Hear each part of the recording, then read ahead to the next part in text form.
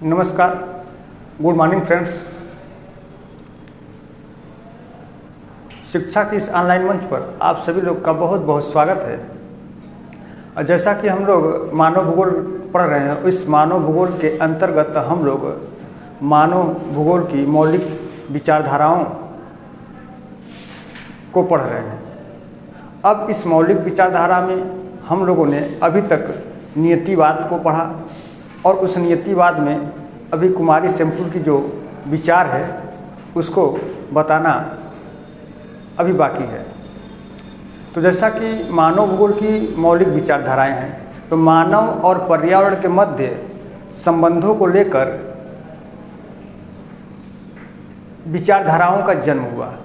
उन्हीं विचारधाराओं को मानव भूगोल की मौलिक विचारधारा के नाम से जाना जाता है। अब ये जो मानव भूगोल की विचारधाराएं हैं, ये 3 प्रकार की विचारधाराएं हैं, जिसे नियतिवाद, संभववाद और नवनियतिवाद के नाम से जाना जाता है। इन्हें क्रमशः अंग्रेजी में आप डिटर्मिनिज्म, पॉसिबिलिज्म और न्यू डिटर्मिनिज्म के नाम से भी जान सकते हैं। तो आइए अब हम लोग नियतिवाद के विचारकों में हम लोगों ने पढ़ा कि जो नियतिवाद है ये प्रमुख रूप से प्रकृति की शक्तियों और उसकी प्रबलताओं पर जोर देता है। प्रारंभ में प्रकृति का ही बोलबाला था और प्रकृति के ही अनुरूप सब कुछ होता था। फिर बाद में इसका खंडन करते हुए फ्रांसीसी भूगोलवेत्ताओं ने एक दूसरी विचारधारा को जन्म दिया, जिसे संभववाद के नाम से जाना गया। तो हम लोगों ने अभी तक नियतिवाद में रेटजेल, उसके अलावा डेमोलिन, इधर फ्रेडरिक लिपले, डार्विन, हैकेल को हम लोगों ने इनके विचारों को पढ़ा। आज रेटजेल की प्रमुख शिष्या कुमारी सेमपुल के विचारों को हम लोग पढ़ेंगे और कुमारी सेमपुल ने नियतिवाद का समर्थन करते हुए अपने विचारों को दिया है। आइए देखते हैं हम लोग कि कुमारी सेमपुल ने नियतिवाद में अपना कितना योगदान दिया। तो माना जाता है कि जो सेमपुल थी, जिनका पूरा नाम एलेन चर्चिल कुमारी सेमपुल था, ये एक अमेरिकन विदुषी थी और ये पढ़ने के लिए जर्मनी में आई थी। और ये जर्मनी में आकर के रेटजेल के विचारों से बहुत प्रभावित हुई और उनके विचारों से प्रभावित हुई और धीरे धीरे उनके यानी कि रेटजेल के कुशल नेतृत्व में, उनके मार्गदर्शन में इन्होंने अपना शिक्षण और दीक्षण कार्य संपन्न किया।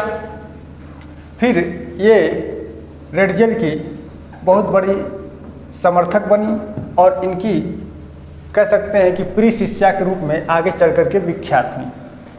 तो जिस प्रकार रेटजेल का विचार नियतिवाद में रहा, उसी प्रकार से इनकी शिष्या सेमपुल का भी विचार नियतिवाद में रहा है। तो सेमपुल ने नियतिवाद का प्रबल समर्थन करते हुए 1911 में एक पुस्तक लिखी, जिस पुस्तक का नाम इन्फ्लुएंसेस ऑफ जियोग्राफिक इन्वायरमेंट था। और इस पुस्तक में इन्होंने नियतिवाद के विचारों का बहुत जोर शोर से प्रचार प्रसार किया। न कि जर्मनी में बल्कि अमेरिका में भी जा करके सेमपुल ने बहुत जोरों से नियतिवाद के विचारों का प्रचार और प्रसार किया। और इन्होंने अपने पुस्तक में या ये कह सकते हैं कि इन्होंने अपनी पुस्तक के प्रथम पृष्ठ में ही यह अंकित किया था कि जो मनुष्य है वो भूतल की उपज है।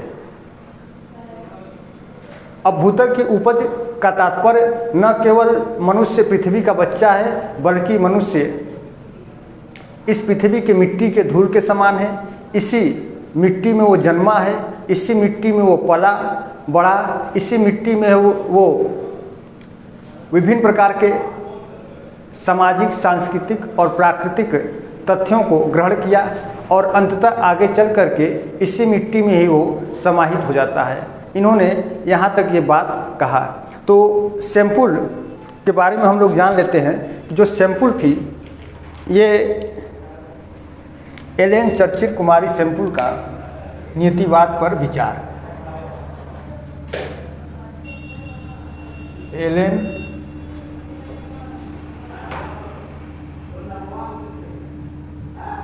चर्चिल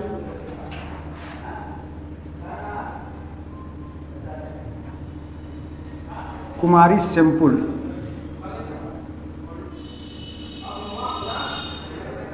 का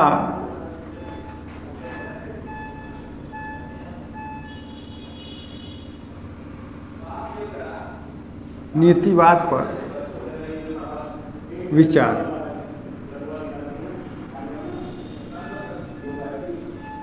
तो सबसे पहले हम लोग सैंपल के कुछ बिंदुओं पर चर्चा कर लेते हैं कि कुमारी सैंपल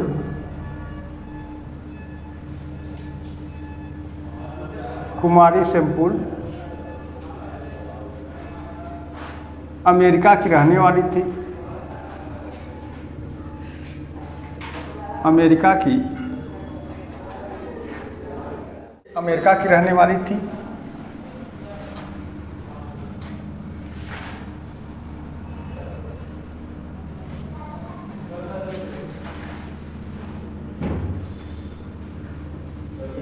सैंपल रेडजेल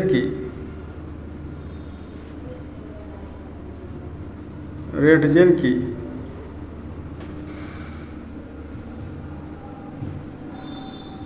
प्रमुख शिष्या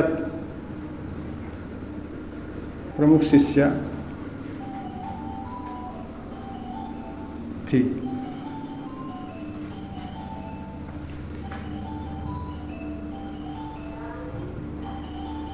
इन्होंने 1911 में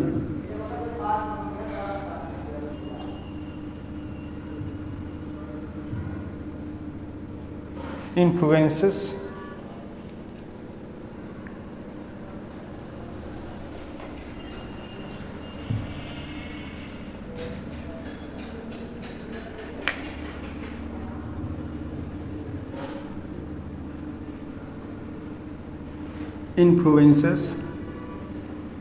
of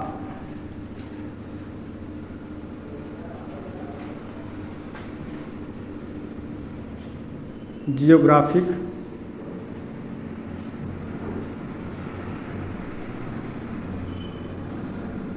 environment. Influences of geographic environment अर्थात कह सकते हैं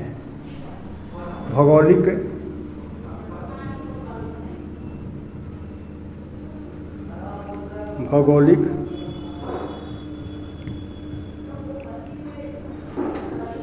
वातावरण का प्रभाव। भौगोलिक वातावरण का प्रभाव नामक पुस्तक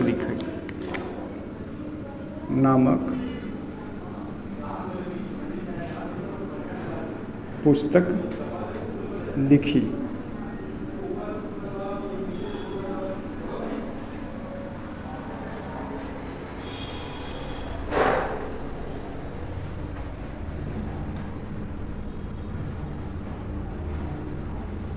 पुस्तक के प्रथम पृष्ठ में ही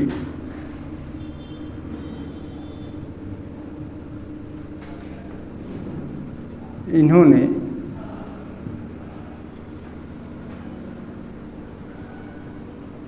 यह अंकित किया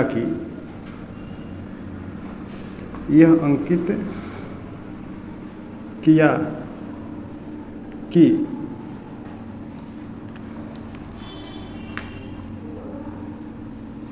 मानव भूतल की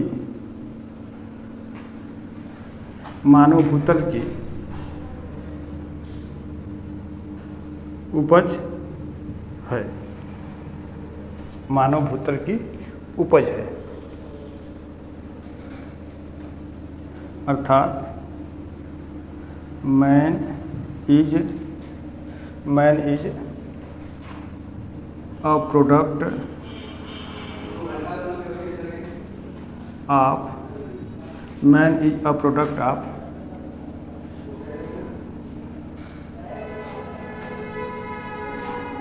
man is a product of the earth surface.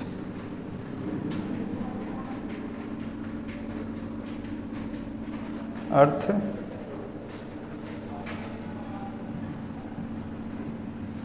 Surface.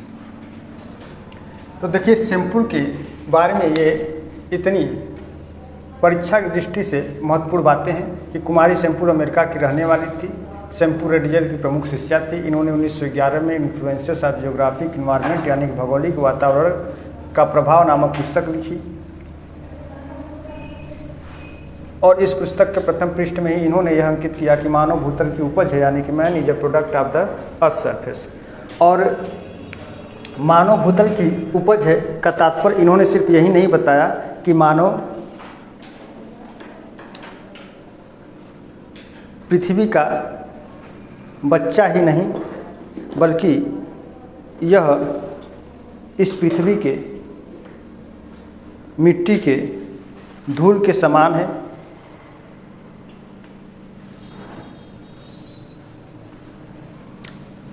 पृथ्वी ने उसे जन्म दिया, उसका पालन पोषण किया, उसके विचारों को एक नई दिशा प्रदान की, उसके कार्य शक्तियों का निर्धारण किया। सभी जीव इसी मिट्टी में ही पैदा होते हैं और अंततः इसी मिट्टी में ही क्या हो जाते हैं कि समाप्त हो जाते हैं। तो यही इनकी एक विचारधारा रही है नियतिवाद को लेकर के। इसी प्रकार नियतिवाद विचारधारा के समर्थक में हंटिंगटन का भी नाम उल्लेखनीय है। हालांकि हंटिंगटन फिर आगे चल कर के ये नवनियतिवाद का विचार का भी समर्थन करने लगते हैं। तो नियतिवाद का समर्थन करते हुए हंटिंगटन ने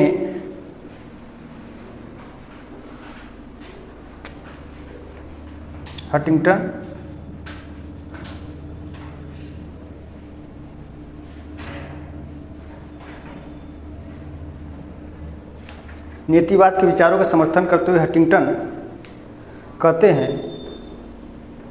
कि भौतिक तत्वों में जलवायु ही सर्वोपरि है, यानी कि सभी भौतिक तत्वों का निर्धारण जलवायु के द्वारा होता है, जलवायु के माध्यम से होता है और इसी जलवायु के कारण ही सभी भौतिक तत्व और जैविक तत्व प्रभावित होते रहते हैं। तो ये इतने लोग नियतिवाद के विचारक के समर्थक में रहे हैं, जिसमें से मुख्य रूप से रेटजेल और कुमारी सैंपल इस नीतिवाद विचारधारा के घोर समर्थकों में एक माने जाते हैं। अब देखिए इनके समर्थक में यूनानी समर्थक में जैसे हिप्पोक्रेटस, हेरोडोटस, थ्यूसिडाइड्स और अरस्तु रहे हैं। जर्मन में हम्बोल्ट रहे हैं, रीटर रहे हैं, कांट रहे हैं, रेटजेल रहे हैं। और रेटजेल जो थे नीतिवाद के जनक भी कहे जाते हैं, नीतिवाद के पिता भी कहलाते हैं। हैकल भी रहे हैं। और यदि इंग्लैंड में बात की जाए तो चार्ल्स डार्विन और बकल, चूँकि डार्विन नीतिवाद के विचारों का समर्थन करते हुए उन्होंने 1859 में जीवों की उत्पत्ति नामक एक पुस्तक लिखी और उस पुस्तक में उन्होंने सभी जीवों पर पर्यावरण के प्रभावों का उल्लेख किया। उसके बाद फ्रांस के एक फ्रेडरिक लिपले हैं। हालांकि जितने भी फ्रांसीसी विचारक हैं वे सभी इस नीतिवाद विचार का खंडन करते हुए एक दूसरी विचारधारा को विकसित किए जिसका नाम संभववाद था। ठीक इसके बाद अब संभववाद को ही पढ़ाया जाएगा। अब उसके बाद अमेरिका में एक कुमारी सैंपल घोर समर्थकों के रूप में रही हैं। अब आइए मित्र देखिए हम लोग पढ़ते हैं संभववाद। इसका एक स्क्रीनशॉट आप लोग ले लीजिए। ठीक, अब आइए हम लोग चलते हैं संभववाद विचार पर।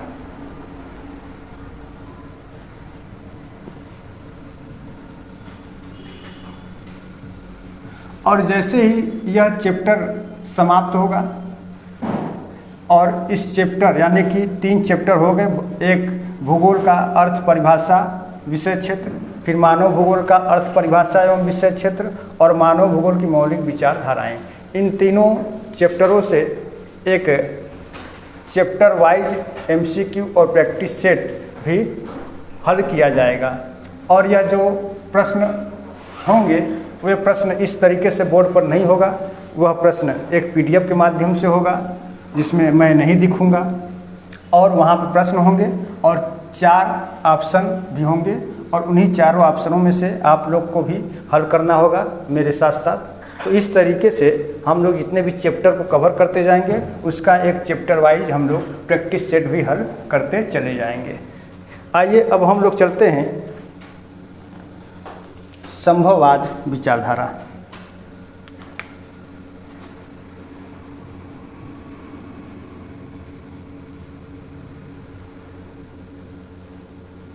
संभववाद, पॉसिबिलिज्म।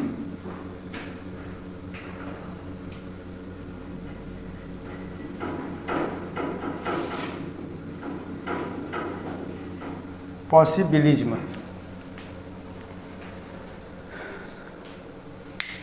आइए अब हम लोग संभववाद के विचारों को समझते हैं। देखिए,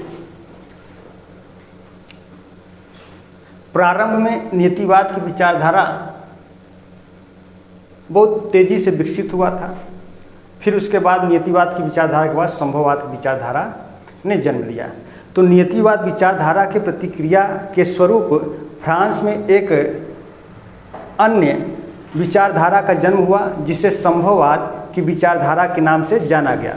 यह विचारधारा प्रकृति की प्रबलता को नकारते हुए मनुष्य के प्रबलता और उनके प्रयत्नों तथा कार्य कुशलताओं और क्षमताओं पर अधिक जोर देता है। तो यह जो संभववाद है, यह विचारधारा नियतिवाद की विचारधारा को अस्वीकार करता है और मानवों की कार्य कुशलता, क्षमताओं, उनके बुद्धि, विवेक, प्रौद्योगिकी आदि पर अधिक जोर देता है और यह बताता है कि मानव जैसा चाहे वैसा अपने अनुरूप किसी भी पर्यावरण को बना सकता है। तो इस विचारधारा का जो मूल थीम था ये यही था। अब देखिए कि इस विचारधारा का आरंभ 20वीं शताब्दी के पूर्वार्ध में फ्रांसीसी भूगोलवेत्ताओं के द्वारा किया गया। किस विचारधारा का आरंभ? किस विचारधारा का आरंभ? संभववाद। तो संभववाद विचारधारा का आरंभ 20वीं शताब्दी के पूर्वार्ध में फ्रांसीसी भूगोलवेत्ताओं के द्वारा किया गया था। और नियतिवाद विचारधारा का आरंभ किस भूगोलवेत्ताओं के द्वारा किया गया था? हाँ, अरे वीडियो मैं अपलोड भी कर देता हूँ, देखती नहीं हो क्या? क्या करती क्या हो? जब पिछला चीज हम पूछ रहे हैं नहीं बता पा रही तो मतलब क्या हुआ पढ़ने लिखने का? जैसे ही ठीक है क्लास में नहीं आ रही हो, नहीं पढ़ रही हो, तो कम से कम एक सुविधा भी तो है। उस सुविधा का तो 40 मिनट का वीडियो है, 40 मिनट का समय निकाल के उसको देख लो, पढ़ लो, नोट्स बना लो। नहीं आए जिस दिन क्लास में, तो ऐसे तुम लोग पढ़ोगे तब तो जीवन भर कुछ नहीं हो पाएगा कि अभी मैंने कल परसों पढ़ाया उसी चीज़ को पुनः मैं पूछ दिया तो पता नहीं। ये तो बड़ी गैर जिम्मेदारी वाली बात हो जा रही है पढ़ाई लिखाई के प्रति। खाली केवल नाम है कि हाँ चलिए पढ़े लिख रहे हैं, ऐसे पढ़ेंगे लिखेंगे तो क्या होगा। तो संभववाद की जो विचारधारा थी ये फ्रांस में जन्म ली, जबकि नियतिवाद की विचारधारा जर्मनी में जन्म ली और जर्मन भूगोलवेत्ताओं के द्वारा नियतिवाद विचार को जो कि विकसित किया गया और संभववाद के विचार को फ्रांसीसी भूगोलवेत्ताओं के द्वारा विकसित किया गया। अब देखिए कि संभववाद शब्द का प्रयोग सर्वप्रथम फ्रांसीसी विद्वान लुसियन फैब्रे ने सन 1922 में अपनी पुस्तक जियोग्राफिकल इंट्रोडक्शन टू हिस्ट्री में किया है ना। तो संभववाद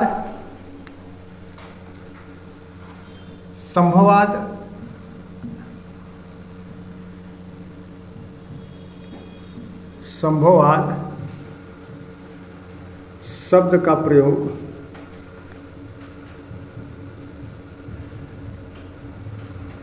सर्वप्रथम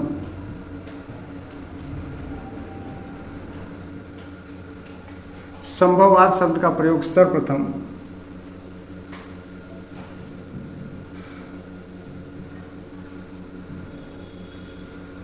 फ्रांसीसी विद्वान मात्रा हो सकता है कहीं गलत हो जाए, जैसे फ्रांसीसी है, तो फ्रांसीसी विद्वान लूसियन फेब्रे ने, किसने, अब बोलो, Lucien फेब्रे।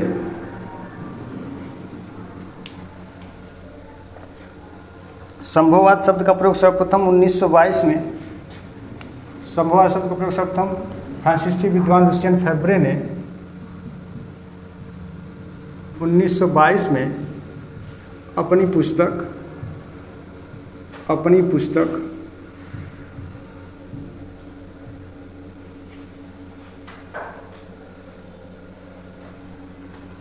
Geographical introduction to history,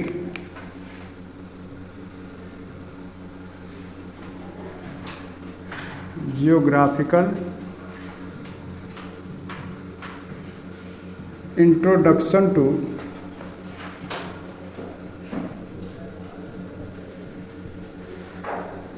history में किया। गर्मी लग रही है ज़्यादा हो? हाँ, फैन चलाओगी? चला लो।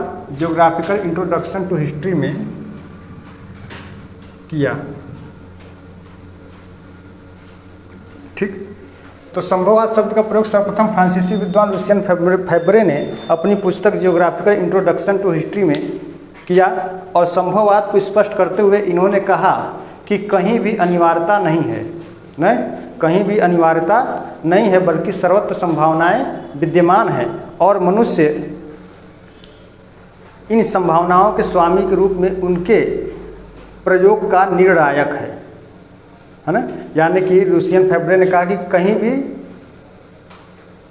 अनिवार्यता नहीं है। अनिवार्यता का मतलब कैसा नहीं कि ये अनिवार्य है ना, उसमें परिवर्तन किया जा सकता है। मानव अपनी बुद्धि, विवेक, प्रौद्योगिकी, क्षमता, कार्यकुशलता के आधार पर उसमें परिवर्तन कर सकता है। तो इसी आधार पर इन्होंने कहा कि कहीं भी अनिवार्यता नहीं है, बल्कि सर्वत्र संभावनाएं विद्यमान हैं और मनुष्य इन संभावनाओं के स्वामी के रूप में उसके प्रयोग का एक निर्णायक है। ठीक है, तो ये कोटेशन है और यह बहुत बार परीक्षाओं में पूछा गया है। टीजीटी, पीजीटी और एलटी ग्रेड की परीक्षा में ये प्रश्न पूछे जाते हैं। और ये जो विचारक हैं, या कह सकते हैं कि ये जो विचारधारा है, मानव भूगोल की एक मौलिक विचारधारा है ना। तो इसलिए इनसे आप कहीं भी जाइए, ज्योग्राफी से संबंधित कोई भी आप परीक्षा दे लीजिए, टीजीटी, पीजीटी, एलटी हो, हायर हो, है ना, उन सभी में उन सभी परीक्षाओं में ये कहीं ना कहीं प्रश्न पूछता रहता है। तो अपनी पुस्तक जियोग्राफिकल इंट्रोडक्शन टू हिस्ट्री में किया और संभववाद शब्द का प्रयोग करते हुए इन्होंने क्या कहा कि कहीं भी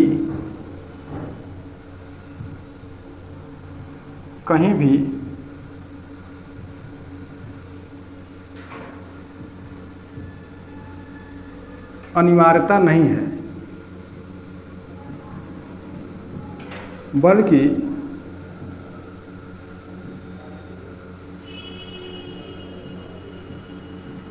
सर्वत्र संभावनाएं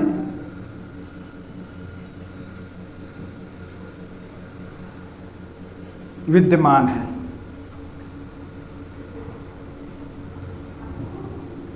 विद्यमान है, कहीं भी अनिवार्यता नहीं है, बल्कि सर्वत्र संभावनाएं विद्यमान है और मनुष्य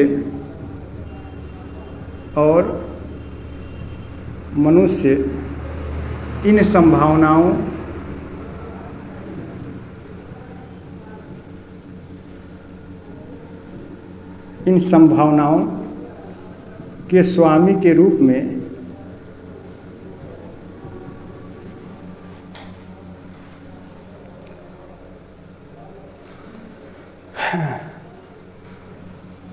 ये मात्रा में स्वामी के रूप में और मनुष्य इन संभावनाओं के स्वामी के रूप में प्रयोग का निर्णायक है। प्रयोग का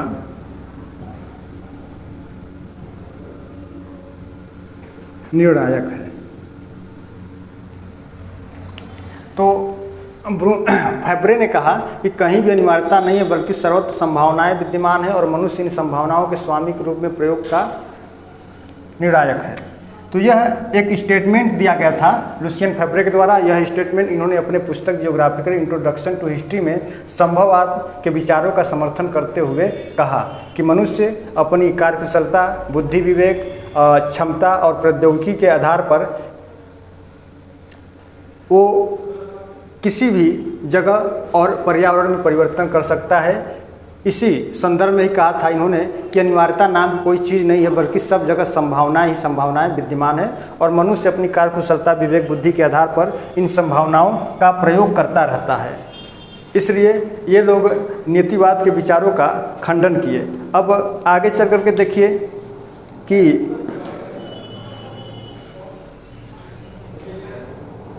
यदि बात किया जाए, यहाँ पर समझने वाली बात है कि संभववाद शब्द का प्रयोग सर्वप्रथम देखिए यहाँ पे लुसियन फेब्रे ने किया था, जबकि संभववाद के जनक कौन है, यहाँ पे मैं लिख दे रहा हूँ, जबकि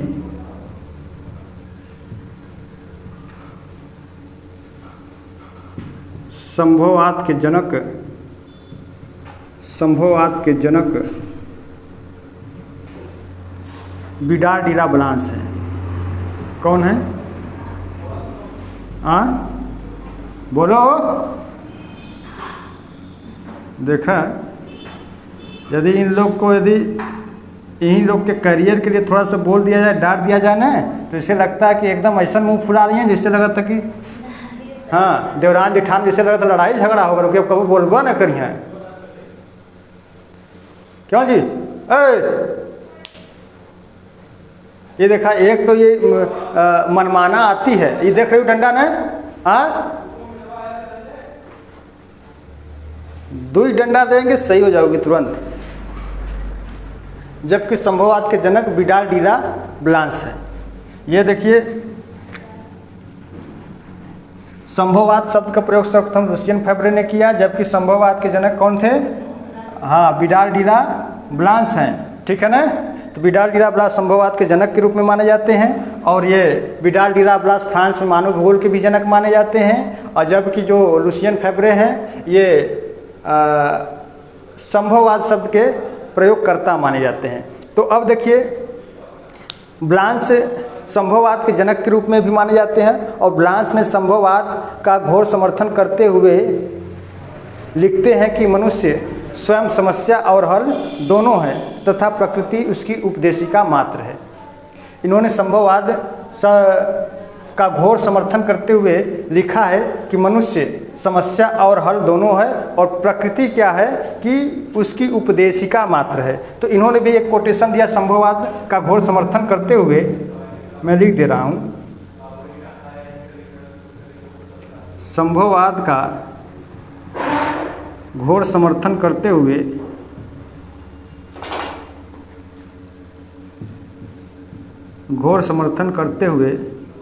संभववाद का घोर समर्थन करते हुए इन्होंने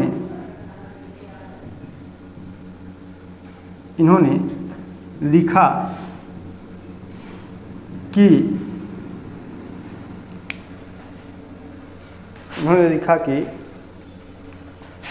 थोड़ा सा मैं देख लूँ सही दिखाई दे रहा है कि नहीं।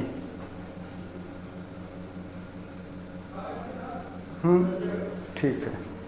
इन्होंने लिखा कि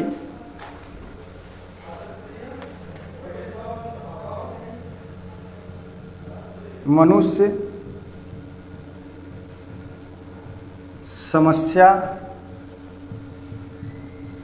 और हल दोनों है, और प्रकृति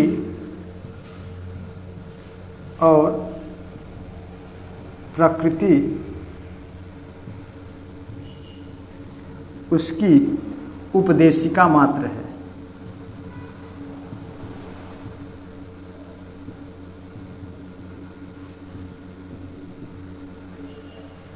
तो संभववाद के पिता ब्लांस संभववाद विचार का घोर समर्थन करते हुए लिखते हैं कि मनुष्य समस्या और हल दोनों है और प्रकृति उसकी उपदेशिका मात्र है। यानी कि मनुष्य ही है जो समस्या भी उत्पन्न करता है और उस समस्या का हल भी खोजता है, जबकि प्रकृति सिर्फ उसको एक सलाहकार के रूप में जो है कि देखती है, और इसीलिए प्रकृति को उन्होंने उपदेशिका मात्र बताया।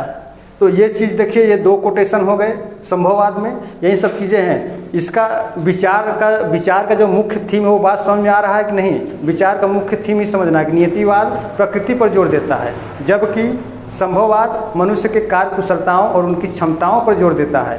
अब उसके बाद ये दोनों की अतिशयोक्तियों को देखते हुए इनमें प्रतिद्वंद की स्थिति उत्पन्न होती है विचारों को लेकर, तो इनकी अतिशयोक्तियों को देखते हुए एक नई विचारधारा का जन्म होता है जिसे नवनियतिवाद विचारधारा के नाम से जाना जाता है। ठीक है ना? तो मुख्य थीम को पकड़ना है कि जो पर्यावरणवाद है या नियतिवाद है या निश्चयवाद है या पर्यावरणीय निश्चयवाद है, यह प्रमुख रूप से प्रकृति की सत्ता को स्वीकारता है, प्रकृति की प्रबलता पर जोर देता है और प्रकृति को ही सभी भौतिक कारकों का एक नियंत्रक कर्ता मानता है। ठीक है? तो फिर आगे चल कर के, चूँकि ये प्रारंभ की बातें थी, प्रारंभ में सब प्रकृति में ही सब कुछ विद्यमान था और मानवीय बुद्धि और विवेक का विकास नहीं हो पाया था। फिर आगे चल कर के जब मानवीय बुद्धि और विवेक का प्रौद्योगिकी का विकास हुआ, तब जा कर के मानवों ने अपने अनुरूप जो है कि पर्यावरण में जो है कि कह सकते हैं कि परिवर्तन करना शुरू किया। तब लोगों ने मानवों की कार्यकुशलता को स्वीकारा, उनकी क्षमताओं को स्वीकारा, उनके जो है कि बुद्धि विवेक और प्रौद्योगिकी पर अधिक बल देना शुरू कर दिया। तब उन लोगों ने कहा कि नहीं, नियतिवाद जो है कि सब जगह नहीं हो सकता है, बल्कि मनुष्यों की जो कार्यकुशलता है वह पर्यावरण में कहीं ना कहीं परिवर्तन करती रहती है, इसलिए संभववाद अधिक जो है कि प्रासंगिक दिखता है। ठीक है? तो ये इसकी मुख्य थीम रही है। अब आगे चलकर देखिए ब्रांच क्या कहते हैं कि उन्होंने संभववाद का घोर समर्थन करते हुए बताया कि मनुष्य समस्या और हल दोनों है और प्रकृति उसकी मात्र उपदेशिका है। ब्रांच ने मनुष्य के विवेक, कौशल और उसके क्रियाकलापों को अधिक महत्वपूर्ण देते हैं अधिक महत्वपूर्ण देते हैं और मानव शक्ति को सर्वोपरि बताते हैं। मनुष्य अपनी बुद्धि, विवेक, कार्यकुशलता, मानवीय प्रौद्योगिकी के आधार पर भौतिक पर्यावरण में परिवर्तन करता रहता है और उस भौतिक पर्यावरण को अपने अनुरूप एक नवीन सांस्कृतिक पर्यावरण में परिवर्तित कर लेता है। इसी के संदर्भ में ब्रांच फिर आगे कहते हैं कि मनुष्य के लिए प्रकृति का स्थान एक सलाहकार से अधिक नहीं हो सकता, है ना? तो मनुष्य के लिए प्रकृति का स्थान एक सलाहकार से अधिक नहीं हो सकता है। तो ये भी जो है कि ब्रांच ने ही कहा था। इसके नीचे दिखाई देगा कि नहीं? देखो जरा, इसके नहीं दिखाई दे रहा है इसके नीचे? बस यहाँ तक ये दिखाई दे रहा है कि नहीं? एक लाइन दिख जाएगा। अच्छा, एक लाइन दिख जाएगा। चलिए, तो मैं यहाँ पे इनका कोटेशन लिख देता हूँ ब्रांच का। ठीक है? ये कोटेशन ही मेन चीज़ है। देखिए, ये टीजीटी और एलटी की दृष्टि से ये कोटेशन बहुत महत्वपूर्ण है। पूछता रहता है, बार बार परीक्षाओं में पूछा जाता है और यही कोटेशन गलती होता है ना? तो मैं यहाँ से पूरा लिख दे रहा हूँ कि मनुष्य की कार्यकुशलता और क्षमताओं को मनुष्य की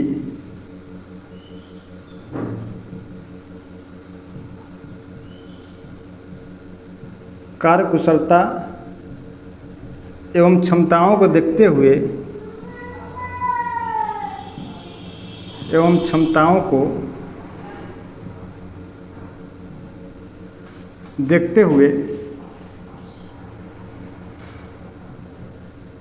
ब्रांच ने आगे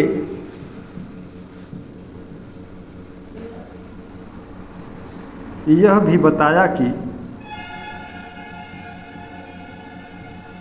बताया कि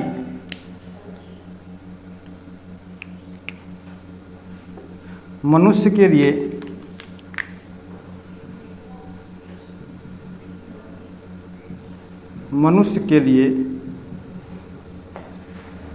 प्रकृति का स्थान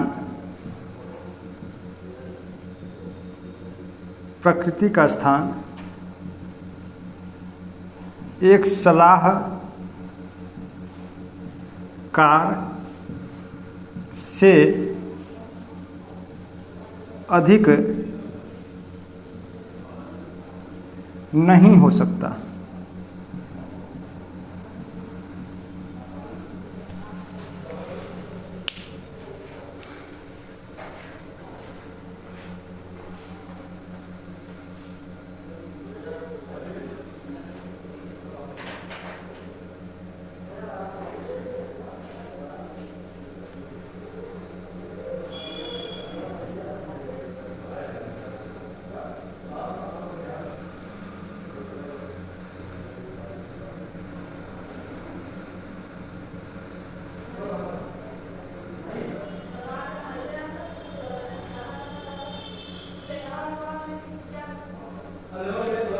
ठीक है। अब देखिए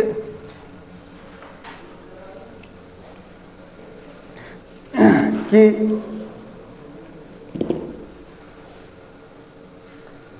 फैब्रे और ब्लांस की भांति ब्रूंस और डिमांजिया, देखिए मैं बोल दे रहा हूँ तो ऐसा नहीं कि सिर्फ राम कथा जैसा सुन लेंगे ना, हाँ ये नहीं कि बस ये कथा सुने, कथा सुन ले चला होगा। जो मैं बोल दे रहा हूँ ऐसा नहीं है कि इसको नहीं नोट करेंगे, उसको भी नोट कर लेंगे, ठीक है ना।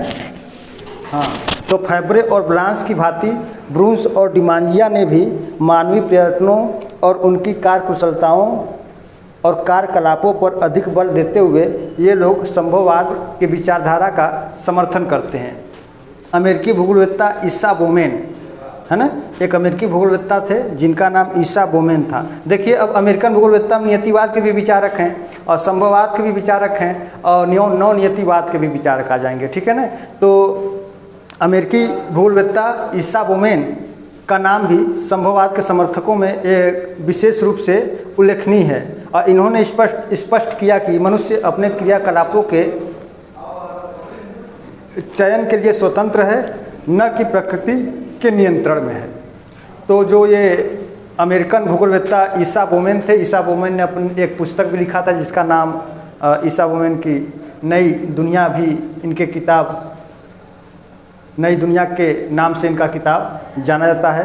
तो इन्होंने भी जो है कि मनुष्य की कार्यकुशलताओं और उनकी क्षमताओं को स्वीकारा है और कहा है कि मनुष्य अपनी इन क्रियाकलापों के लिए स्वतंत्र है, न कि वह प्रकृति के नियंत्रण में है।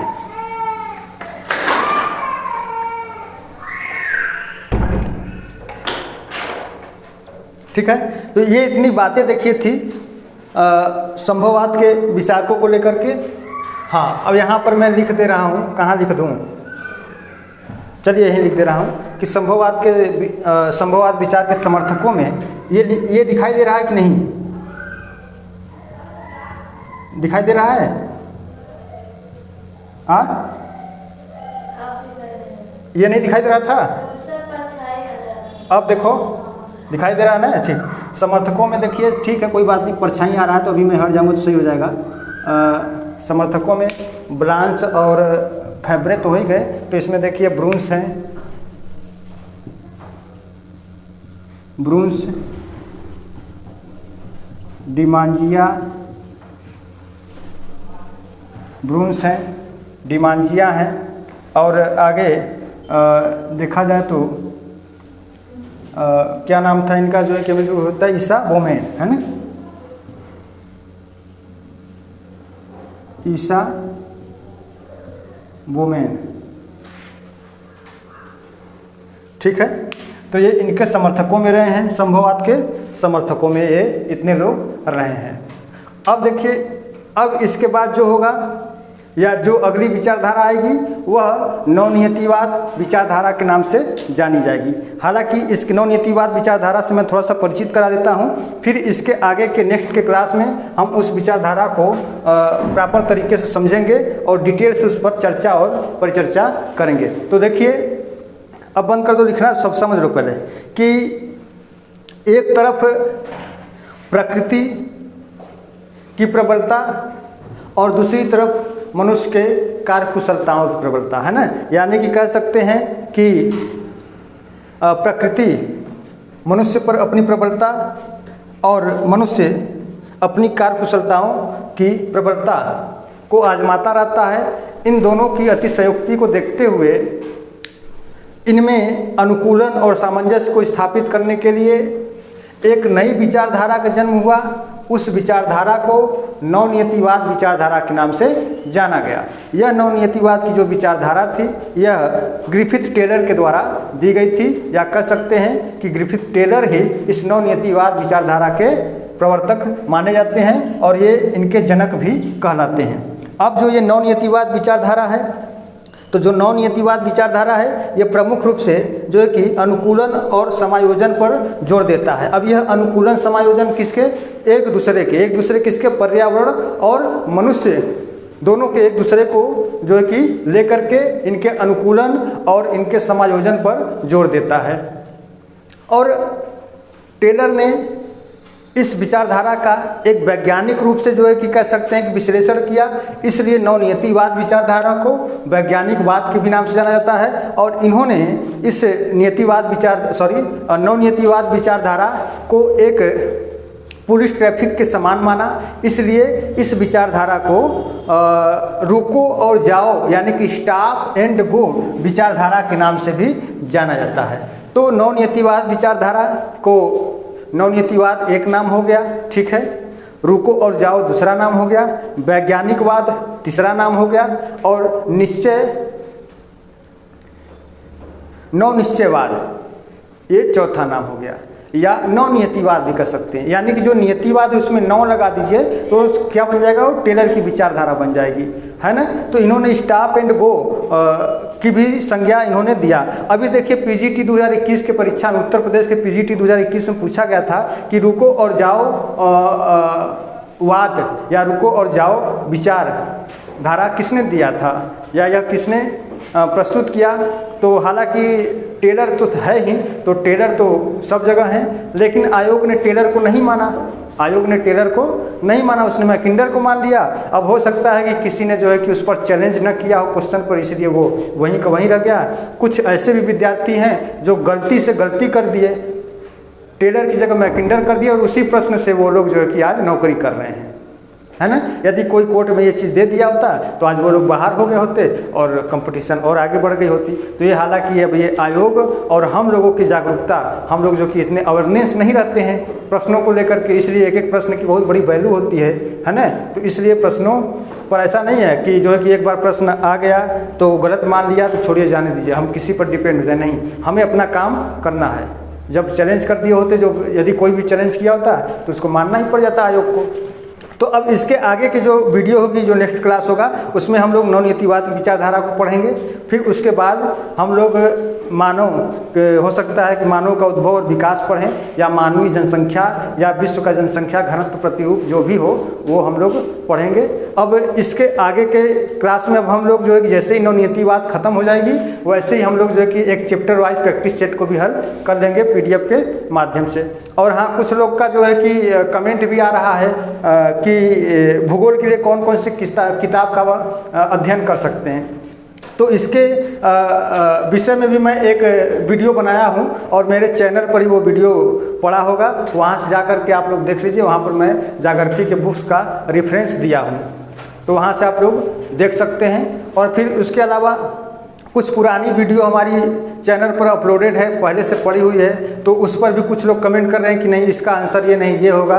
कुछ लोग गूगल को बता रहे हैं कि नहीं गूगल यही बता रहा है। तो अब ऐसे महानुभाव लोग मिल जाएं तो हम थोड़ा दर्शन कर दें उनका कि गूगल कोई भगवान नहीं है, बल्कि गूगल पर जो हम लोग पोस्ट करते हैं, जो लोग हम लोग डालते हैं, वहीं गूगल आप बताता है। ऐसा थोड़ी कि गूगल भगवान है और वो भगवान जो कह देंगे वहीं हो जाएगा। ये तो आयोग इतना मनमानी कर ले रहा है, गूगल की क्या बात है। तो इसलिए जो लोग गूगल के चक्कर में पड़े हुए हैं और हमको लेकर के उनके कंट्रावर्सी है मन में लेकर के, तो आप एक काम करें कि आप लोग किताब का अध्ययन कर लीजिए, ठीक है। हालांकि कोई चीज़ गलत नहीं बताया जाता है भाई, अब ये मानवीय त्रुटि हो जाती है कहीं ना कहीं, कोई जानबूझ के गलतियां नहीं करता है। तो ठीक है मित्र, आज के क्लास में हमें बस इतना ही। कल फिर हम लोग मिलते हैं नवनियतिवाद विचारधारा को लेकर के। और हाँ, जो लोग देखिए चैनल पर पहली बार आ रहे हैं वो लोग चैनल को सब्सक्राइब करें और वीडियो को अपने मित्रों तक शेयर करें, और वीडियो अच्छी लगे तो वीडियो को लाइक ज़रूर करें। बहुत बहुत धन्यवाद।